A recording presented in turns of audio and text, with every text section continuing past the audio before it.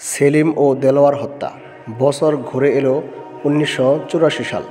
আবার ফিরে এলো ভাষা আন্দোলনের শহীদের মাস ফেব্রুয়ারি মাস।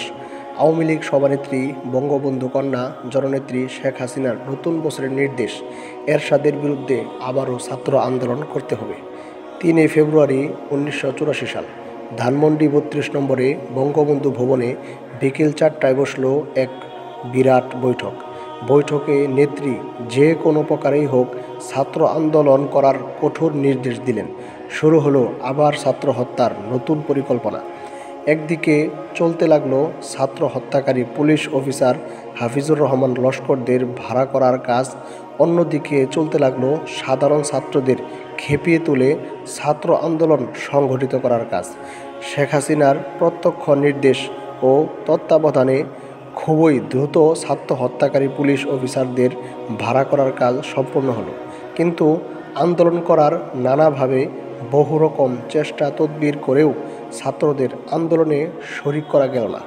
গোটা ছাত্র সমাজই এরশাদের বিরোধী, কিন্তু আন্দোলনের প্রশ্নে, আন্দোলনের নেতৃত্বের প্রশ্নে ছাত্র সমাজ শেখ হাসিনা এবং আওয়ামী লীগকে বিশ্বাস করল না। বেগম জিয়া এবং বিএনপির তখনও তেমন কোনো অস্তিত্ব অনুভব করা যায়নি। দিন গড়িয়ে যায়, কিন্তু ছাত্র আন্দোলনের তেমন কোনো লক্ষণ দেখা যাচ্ছে না। এদিকে ছাত্র হত্যাকারী পুলিশরা ৮৩ ফেব্রুয়ারিতে সংঘটিত ছাত্র হত্যার অনুরূপ পরিকল্পনা ও কর্মসূচি হাতে নিয়ে অধীর আগ্রহে অপেক্ষা করছে এবং গত মধ্য ফেব্রুয়ারির ন্যায় একটা ছাত্র মিছিল নিয়ে বিশ্ববিদ্যালয়ের বাইরে আসার জন্য বারবার তাগাদা দিচ্ছেন বঙ্গবন্ধু কন্যা জননেত্রী শেখ হাসিনা।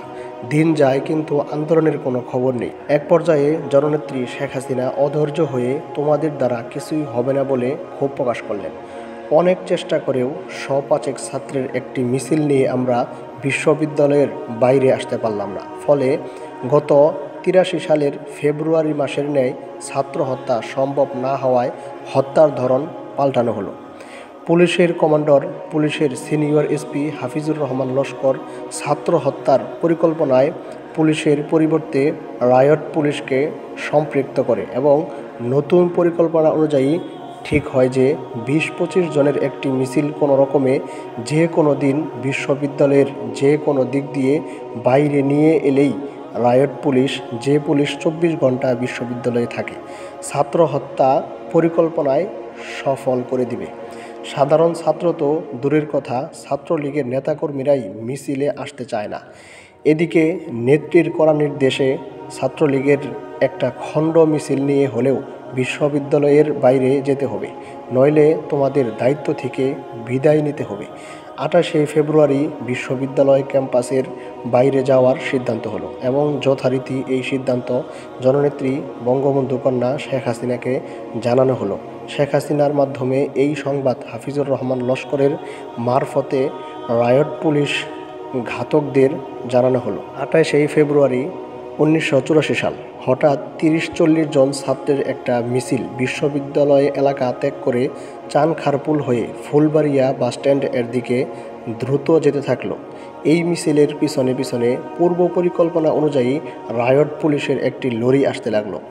বোঝা গেল এবার সামনে থেকে ছাত্র হত্যা করা হবে না, হত্যা করা হবে মিছিলের পিছন দিক থেকে।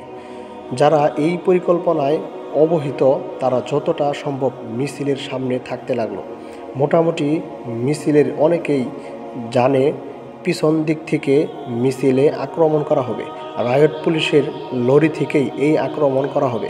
তবে রায়ট পুলিশের লরি থেকে গুলি করা হবে না অন্য কোনোভাবে আক্রমণ করা হবে এটা কেউ জানত না।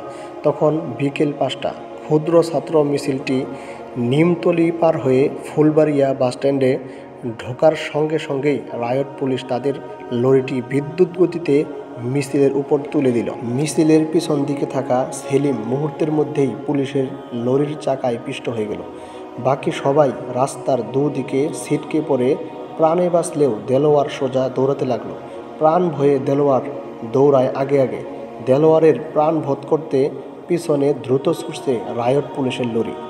মিনিট দুয়েকের মধ্যেই দেলোয়ারের দেহ চাকায় পিষে রাস্তার সাথে মিশিয়ে দেয় পুলিশের লরি।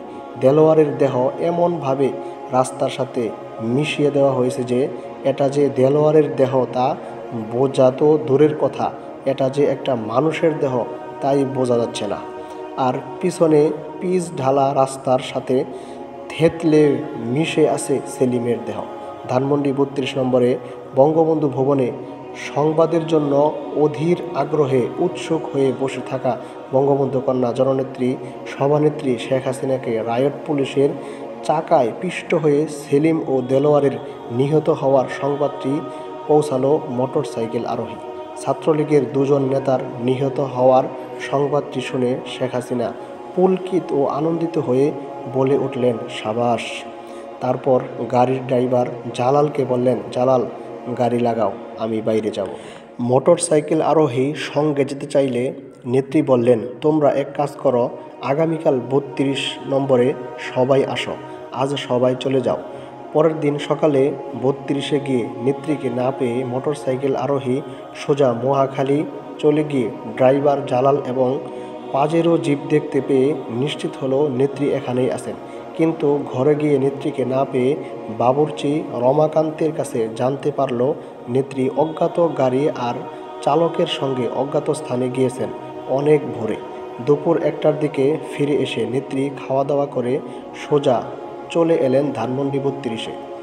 ছাত্রলীগের বেশ কিছু নেতা বিকেল ৩টায় ধানমন্ডি ৩২ নম্বরে বঙ্গবন্ধু ভবনে এসে সভানেত্রী শেখ হাসিনার কাছে ছাত্রলীগ নেতা সেলিম ও দেলোয়ারকে পুলিশের লরির চাকায় পিষ্ট করে নির্মম ও নিষ্ঠুরভাবে হত্যা করার প্রতিবাদে সামরিক একনায়ক স্বৈরাচারী এরশাদের বিরুদ্ধে তীব্র আন্দোলন করার কর্মসূচি চাইলে সভানেত্রী শেখ হাসিনা এই বলে ছাত্র নেতাদের সান্ত্বনা দেন যে আমাদের মূল শত্রু জিয়াউর রহমান এবং তার দল বিএনপি। জিয়া তো শেষ। জেনারেল এরশাদ বিএনপির কাছ থেকে মাত্র কিছুদিন হলো ক্ষমতা দখল করেছে। আমাদের এখন প্রধান কাজ বিএনপিকে চিরতরে শেষ করে দেওয়া। এই মুহূর্তে আমরা জেনারেল এরশাদের বিরুদ্ধে সরাসরি যাব না। আমাদের মূল শত্রু বিএনপি, এটা মনে রাখতে হবে।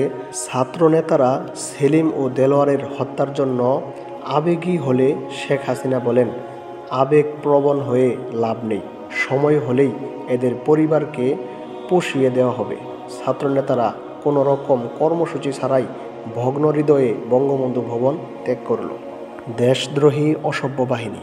৩ মে ১৯৮৪ সালের এক পড়ন্ত বিকেলে ধানমন্ডি বঙ্গবন্ধু ভবনে বসে গল্প করছেন বঙ্গবন্ধু কন্যা জননেত্রী শেখ হাসিনা সহ কয়েকজন। গল্পে গল্পে ৭১-এর মুক্তিযুদ্ধ ও পাকিস্তানি সেনাবাহিনীর প্রসঙ্গ উঠল ৭১-এর মুক্তিযুদ্ধের মধ্যে দিয়ে গড়ে ওঠা বাংলাদেশ সেনাবাহিনীর কথা। জননেত্রী শেখ হাসিনা বাংলাদেশ সেনাবাহিনী সম্পর্কে বললেন, এটা একটা সেনাবাহিনী হলো, এটা একটা বর্বর, নরপিশাচ, উশৃঙ্খল, লোভী, বেয়াদব বাহিনী।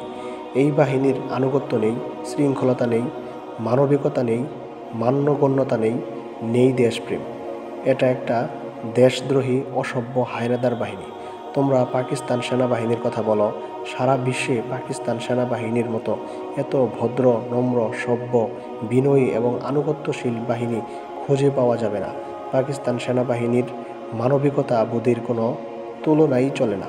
কি অসম্ভব সভ্য আর নম্রতা। ২৫শে মার্চ রাতে পাকিস্তানি আর্মিরা এলো, এসে আব্বাকে, বঙ্গবন্ধু শেখ মুজিবকে সেলুট করলো, মাকে সিলেক্ট করলো, আমাকেও সিলেক্ট করলো। সিলেক্ট করে তারা বলল, স্যার আমরা এসেছি শুধু আপনাদের নিরাপত্তা দেওয়ার জন্য, অন্য কোনো কিছুর জন্য নয়। আপনারা যখন খুশি যেখানে খুশি যেতে পারবেন, যে কেউ আপনার এখানে আসতে পারবে। আমরা শুধু আপনাদের নিরাপত্তা নিশ্চিত করব। আপনারা বাইরে গেলে আপনাদের নিরাপত্তার জন্য আমরা আপনাদের সঙ্গে যাব। কেউ আপনাদের এখানে এলে আমরা তাকে ভালোভাবে তল্লাশি করে তারপর ঢুকতে দিব। এসবই করা হবে আপনাদের নিরাপত্তার জন্য। সত্যি পাকিস্তানি সেনাবাহিনী যা করেছে তা সম্পূর্ণ আমাদের নিরাপত্তার জন্যই করেছে। ২৬শে মার্চে দুপুরে আব্বাকে যখন পাকিস্তানি আর্মিরা নিয়ে যায়, তখন জেনারেল টিক্কা খান নিজে এসে আব্বাকে ও মাকে সেলুট দিয়ে আদবের সাথে দাঁড়িয়ে বিনয়ের সাথে বলেন, স্যার আপনাকে প্রেসিডেন্ট ইয়াহিয়া খান আলোচনা করার জন্য নিয়ে যেতে বলেছেন। আমি আপনাকে নিয়ে যেতে এসেছি। আপনাকে নেওয়ার জন্য বিশেষ বিমান তৈরি রয়েছে। আপনি তৈরি হয়ে নেন এবং আপনি ইচ্ছে করলে ম্যাডাম বেগম মুজিব সহ যে কাউকে সঙ্গে নিতে পারেন। আব্বা মার সঙ্গে আলোচনা করে একাই গেলেন। পাকিস্তান আর্মি যতদিন ডিউটি করেছে এসেই প্রথমে স্যালুট দিয়েছে। শুধু তাই নয়, আমার দাদির সামান্য জ্বর হলে পাকিস্তানিরা হেলিকপ্টারে করে টুঙ্গিপাড়া থেকে দাদিকে ঢাকা এনে পিজি হাসপাতালে চিকিৎসা করিয়েছে। জয় তখন পেটে। আমাকে প্রতি সপ্তাহে সিএমএইচে নিয়ে গিয়ে চেক আপ করাতো। জয় হওয়ার 1 মাস আগে আমাকে সিএমএইচে ভর্তি করেছে। 71 সালে জয় জন্ম হওয়ার পর পাকিস্তান আর্মিরা খুশিতে মিষ্টি বাটোয়ারা করেছে এবং জয় হওয়ার সমস্ত খরচ পাকিস্তানিরাই বহন করেছে। আমরা যেখানে খুশি যেতাম, পাকিস্তানিরা 2টি জিপ করে আমাদের সাথে যেত, নিরাপত্তার জন্য পাহারা দিত। আর বাংলাদেশের আর্মিরা জানোয়ারের দল, অমানুষের দল। এই অমানুষ জানোয়ারেরা আমার মা বাবা ভাই সবাইকে মেরেছে, এদের যেন ধ্বংস হয়।